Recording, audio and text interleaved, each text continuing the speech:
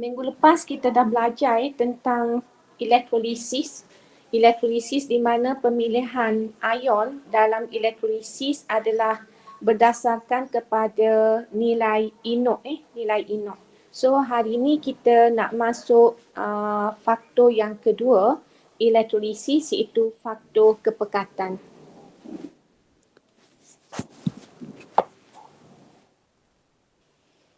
Okey. Sama juga bila kita nak nyatakan sesuatu dalam kimia ni, untuk mengesahkan teori, maka kita ada eksperimen. Untuk eksperimen 1A tadi, apa tu minggu lepas, cikgu nak awak buat laporan. Begitu juga dengan eksperimen 1B, buat laporan juga ya. Bila kita dah masuk sekolah nanti, bulan 4 nanti, maka kita hanya perlu buat eksperimen saja. Laporan sudah ada.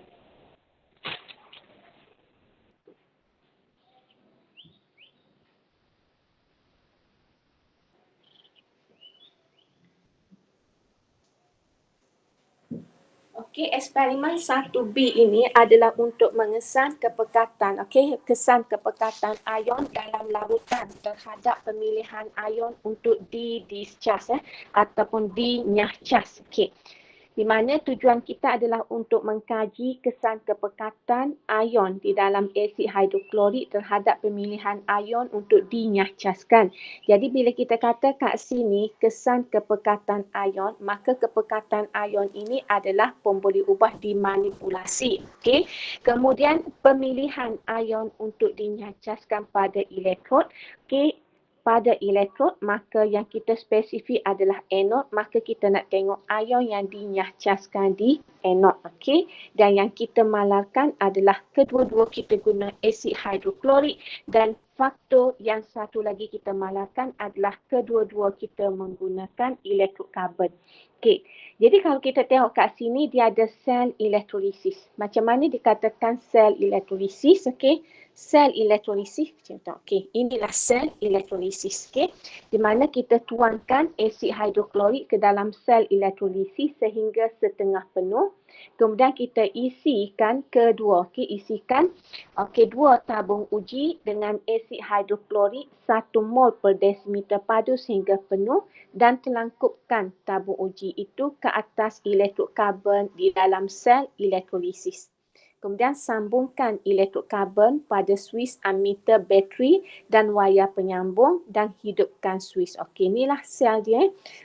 Jadi kita telangkupkan sel ini. Bila kita katakan telangkup, maknanya sel ini kita nak mengumpulkan gas. Kalau tidak mengumpulkan gas, bukan sel jenis macam ni. Kalau tidak nak mengumpulkan gas, kita hanya simple saja ada bikar. Tapi bila kita ada gas yang terhasil dan kita nak kumpulkan gas tersebut sebab kita nak tahu gas tersebut adalah gas apa, maka cara nak mengumpulkan gas yang terhasil adalah dengan kaedah macam ini. So kemudian ulang. Jadi kita ada dua lah, sama ada kita guna asid hidroklorik ataupun kita guna asid hidroklorik 1.0 dengan 0.01. Jadi di sini apa yang perlu kita lakukan di sini?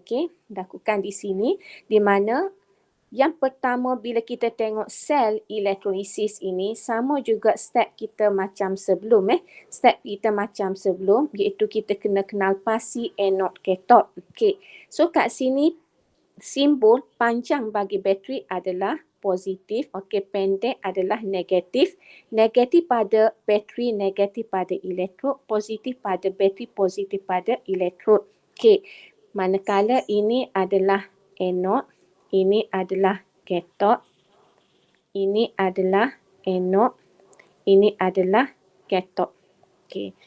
Kemudian kita senaraikan ion-ion yang bergerak bebas dalam larutan. Dalam larutan kita ada H+, kita ada Cl-, kita ada H+ juga sebab dalam air ada H+, dalam air ada OH-.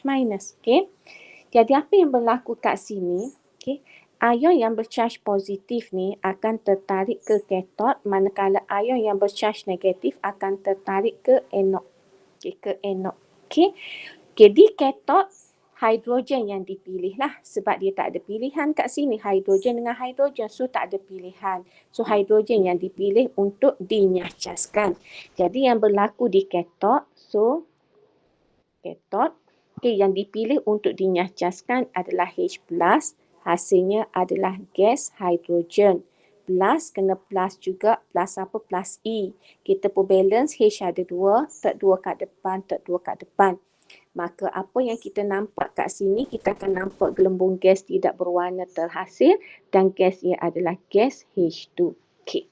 Kemudian apa yang berlaku pada anod pula? Okay. Oleh kerana pekat, okay, pekat. Jadi bila pekat, siapa yang dipilih? Pekat yang dipilih adalah Cl-. Sebab faktor kepekatan yang dipilih adalah Cl-. So, bila Cl- yang dipilih, maka dekat anod kat sini, okay, dekat anod, maka persamaan setengahnya adalah Cl-, hasilnya adalah Cl2. Bila tolak, buat mari sini, jadi tambah elektron. Kita pun balance, tak 2, tak 2. Okey. Jadi itu yang berlaku. Jadi apa yang kita perlu tahu tentang klorin. Klorin ni warnanya adalah, gas ini warnanya adalah kuning kehijauan. Okey, so selesai. Jadi, pemerhatian dekat anod, apa yang kita nampak dekat anod, kita akan nampak kat sini, gas, kuning, kehijauan, terbebas. Okey. Sekiranya kita gantikan asid hidroklorik 1.0 kepada asid hidroklorik 0.00001 mol per desimeter padu. Apa yang berlaku? Okey, bila asid hidroklorik 0.00, okey, maka ini hendaklah kita refer kepada inod. Okey, biasanya kat sini kalau dia dia cair, yang dipilih adalah OH-. Okey, bila cair dipilih adalah OH-. Jadi kat sini bila dalam keadaan cecair, anodnya apa yang berlaku? OH-, okey, akan menghasilkan H2O dan O2. So lepas elektron. So kita balance, letak 2, letak 4 dengan letak 4. Okey, jadi bila kita tengok persamaan setengah O2 yang terbebas, O ada warna ke? Tak ada. So, kita akan nampak dekat tabung uji di sebelah elektroanod, gas tidak berwarna terbebas.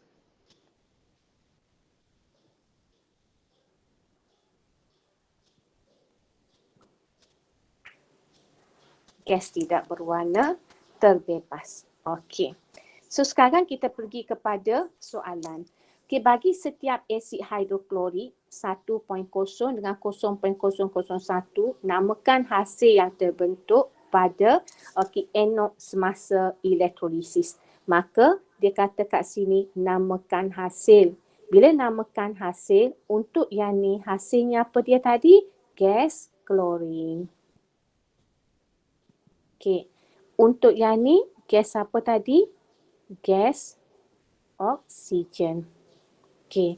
Okey, terangkan jawapan anda. Kenapa kita nak terangkan jawapan? Okey, so kita kena cerita pasal setengah persamaan ni. Apa yang kita perlu cerita? Okey, semasa proses elektrolisis, ion Cl- dengan ion OH- ni tertarik kepada elektrod anod. Okey, tertarik kepada elektrod anod. Okey. Jadi sekarang kita nak terangkan jawapan. Okey, nak terangkan jawapan. So kita boleh kata untuk apa dia? Untuk HCl. Okey. Sebelum pada tu kita buat yang ni dulu Okey, so kat sini kita boleh kata apa dia? Kita boleh kata semasa proses elektrolisis, ion OH- dan ion Cl- tertarik ke elektrod apa dia? Elektrod anod. Okey. Kemudian kita pun ambil untuk HCl 1.0 mol per desimeter padu. Okey. Jadi untuk asid hidroklorik 1.0 mol per desimeter padu, ion Cl- dipilih untuk dinyahcaskan kerana kepekatannya lebih tinggi. Okey. Kemudian untuk HCl 0.001 mol per desimeter padu. Okey. Ion OH- dipilih untuk dinyahcaskan kerana apa dia? Kerana inoknya. Okey, nilai inoknya lebih positif. Okey. Jadi untuk terima elektron, silap ni sebab dia nak berlaku proses. Cikgu tak biasa, baru nak biasa dengan perkataan lebih positif lebih ni. Sebab kalau kita tengok inok, cuba tengok inok ni. Inok maknanya inok untuk hidroksida ini ia lebih apa dia? Lebih negatif lah. Cuba cek. Berapa inok klorin? Buku duduk dalam komputer. Berapa inok klorin? Ada tak inok klorin? Cuba tengok inok klorin berapa. Tak dengar ni.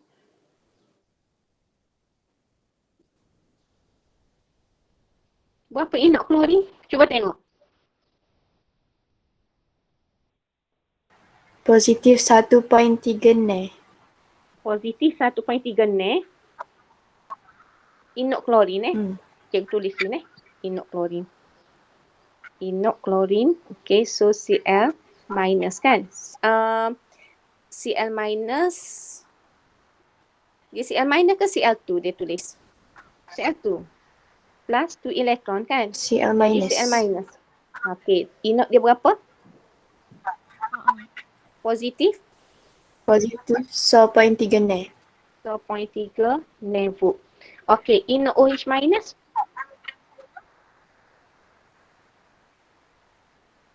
H2O ni. Positif O plus O2 ni.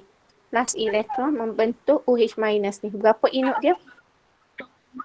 positif 0.40. Positif 0.40 40 put. Okay, boleh. Jadi kalau kita tengok dari segi inok ni, okey, inok ni lebih positif ni lebih negatif. Lebih positif ni dia tendensi untuk terima elektron. Jadi bila dia compare, hok ni positif 1.3 ni, hok ni positif 0. Jadi hok ni akan lepas lah. Jadi kita kata kat sini kerana inoknya. Inok apa dah? Inok OH minus ini lebih, kalau kita nak kata lebih negatif. Kalau kita nak kata kurang, okey, ataupun kita boleh kata kurang, kat sini kita boleh guna perkataan kurang positif. Okey, kita boleh guna perkataan kurang positif. Boleh? Boleh faham ke tu? Boleh faham ke? Boleh. Boleh Okey, boleh berlakon kat cikgu pusing dah ni.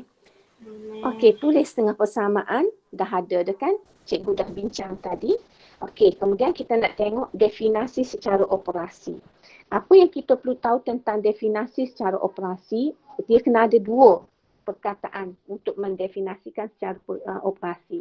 Yang pertama yang perlu ada apa yang dilihat. Yang kedua kena ada apa yang dibuat. Apa yang dilihat, kemudian apa yang dibuat. Okey, sekejap ya.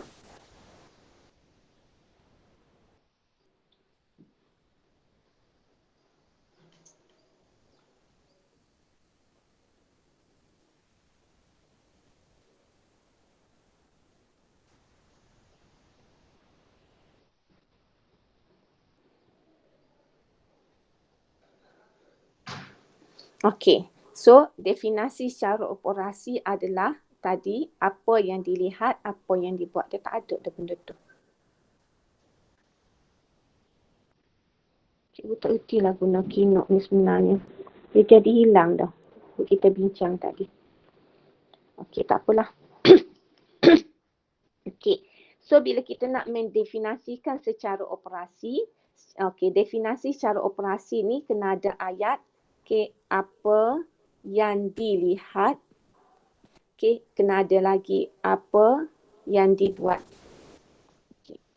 Jadi dia kata bagi elektrolisis dalam eksperimen ini. Okey, nyatakan definisi secara operasi dalam eksperimen ini. Okey, definisi secara operasi. Jadi kalau kita kata kat sini, kita nampak apa dia? Kita boleh kata proses elektrolisis berlaku, kita boleh nampak apa dia. So yang kita nampak adalah gelembung gas kan. So kita boleh kata gelembung gas terbebas, okey. Gelembung gas terbebas, okey. Bila gelembung gas terbebas, okey. Apa yang kita buat, okey. Apabila kita, apa dia kat sini? Apa yang kita buat, kita nak kata. Payah pula ni. Apabila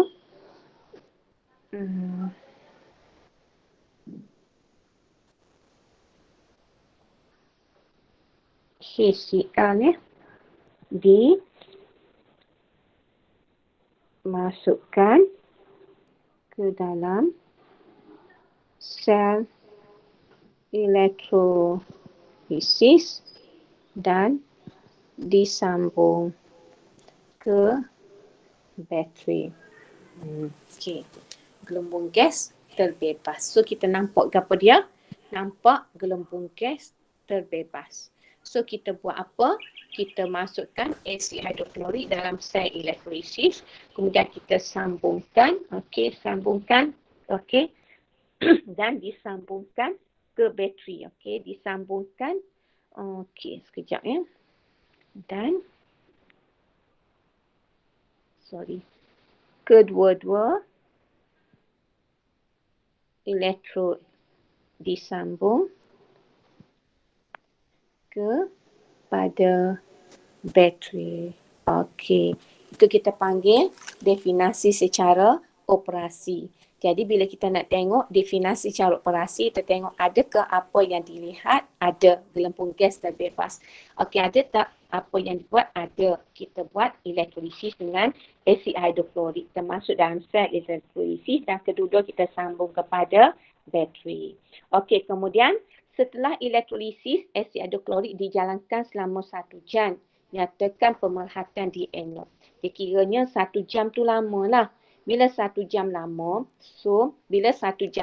kita tengok kat sini. Okey. Kat sana tu tak ada dah. Tulisan dia tak ada dah. So, dekat sini kita tengok HCl tadi, HCl. So, dia ada ion H plus dengan Cl minus kan, OH minus kan. So, yang ni dia pergi ke anod. So, ni pekat kan. Bila pekat, apa yang berlaku? Cl minus dinyacaskan. Okey. So, bila Cl minus dinyacaskan, maka lama-lama kepekatan Cl minus akan berkurang. Boleh? Okey. Bila Cl minus, kepekatan Cl minus berkurang, dia akan pergi kepada faktor inod. Dia akan jadi lagu ni. Faktor inod. So, bila faktor inod, yang dipilih selepas itu adalah OH minus. Selepas 1 jam, maka OH minus yang dipilih. Kenapa? Sebab klorin ni, ion klorida ni kepekatannya sudah berkurang. Jadi bila OH minus yang dipilih untuk dinyacaskan di anod, maka yang kita dapat perhatikan adalah gelembung gas lah. Gas tidak berwarna, terbebas. Terbebas. Boleh. Jadi kalau nyatakan pemerhatian, maka gelembung gas tidak berwarna terbebas. Kita terangkan. Bila kita nak terangkan, kita boleh katalah Okey, ion klorida selepas 1 jam, ion klorida dalam larutan berkurang. Okey, oleh itu pemilihan ion untuk dinyahcaskan di anod adalah faktor pemilihan ion untuk dinyahcaskan di anod adalah inod, nilai inod. Okey, jadi nilai inod. Jadi oleh kerana pada masa ini inod ion hidroksida ini kurang positif berbanding klorin, maka ion hidroksida dipilih untuk dinyahcaskan bagi membentuk gas oksigen. Sebab itu kita nampak gelembung gas tidak berwarna terbebas. Boleh faham ke tidak penerangan cikgu? Boleh ke? Cikgu, tak sempat Tak sempat salin. salin hok mana? Hok soalan nombor 3. Okey. Penerangan soalan nombor 3 tu. Okey. Jadi penerangan dia kita kata selama 1 jam kan. So kita kata selama 1 jam kita boleh kata ayat yang pertama kita kata kepekatan ion klorida berkurang. Kepekatan ion klorida berkurang. Ni poin yang pertama. Kepekatan ion klorida berkurang. Poin yang kedua, oleh itu ion hidroksida dipilih untuk discharge ataupun dinyahcas. Ion hidroksida dipilih untuk dinyahcaskan kerana nilai inodnya kurang positif.